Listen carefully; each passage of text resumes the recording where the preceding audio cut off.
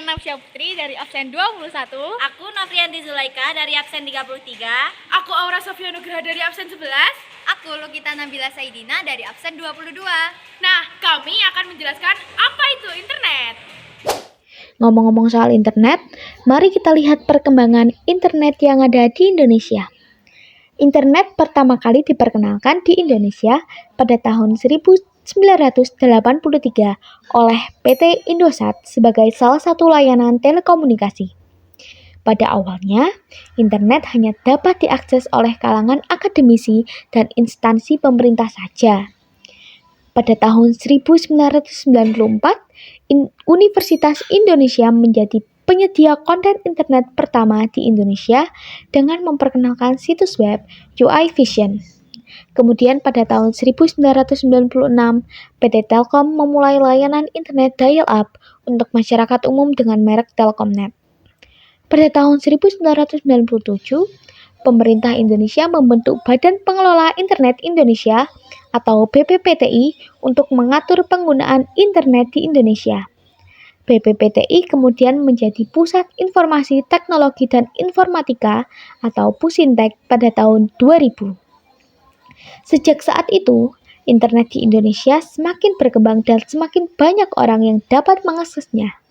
Pada tahun 2017, jumlah pengguna internet di Indonesia mencapai lebih dari 143 juta orang. Bagaimanapun, perkembangan internet di Indonesia juga diwarnai oleh beberapa kendala, seperti infrastruktur yang belum memadai dan kesulitan dalam mengakses konten-konten yang tidak sesuai dengan nilai-nilai budaya Indonesia. Macam-macam layanan internet. Ada banyak macam-macam layanan internet yang perlu Anda ketahui. Beberapa di antaranya adalah 1. Electronic mail, layanan surat elektronik yang memungkinkan pengguna untuk mengirim pesan teks, lampiran, dan lainnya kepada pengguna email lainnya. Kedua, perdagangan elektronik, layanan yang digunakan untuk transaksi ekonomi, contohnya adalah toko online, di mana pengguna dapat membeli produk dan jasa secara online tanpa harus pergi ke toko fisik. Ketiga, perbankan elektronik. Salah satu dari macam-macam layanan internet yang memungkinkan pengguna untuk melakukan transaksi perbankan secara online, termasuk transfer uang, pembayaran tagihan, cek saldo, dan manajemen rekening lainnya. Keempat, pembelajaran elektronik, layanan yang digunakan untuk belajar secara online. Ini mencakup kursus online, webinar, platform pembelajaran digital, dan sumber daya pendidikan lainnya.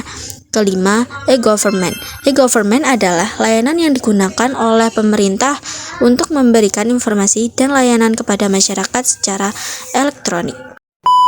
Nah, kalian penasaran gak sih apa aja manfaat yang dirasakan masyarakat Indonesia terhadap penggunaan internet ini? Yuk kita bahas. Yang pertama, untuk sarana konektivitas dan komunikasi. Internet dapat menghubungkan hampir seluruh masyarakat di dunia.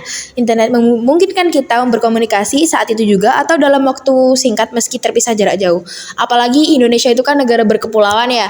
Pasti penting banget menggunakan internet ini untuk konektivitas dan komunikasi kita. Kita bisa mengirim email, melakukan panggilan suara atau video kepada siapapun di dunia dengan internet. Yang kedua, untuk akses informasi, pengetahuan, dan edukasi. Internet ini mengandung beragam pengetahuan dan informasi yang tidak ada habisnya. Cocok banget buat pelajar.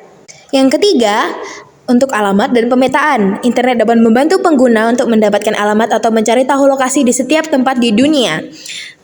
Yang keempat, untuk kemudahan bisnis. Internet memberi kemudahan pada dunia bisnis melakukan jual beli dan transaksi. Internet bisa menjadi tempat untuk mengiklankan dan menjual barang atau jasa setiap saat kepada semua orang di dunia. Cocok banget buat kalian yang mau jualan online, buka all shop, dan lain sebagainya.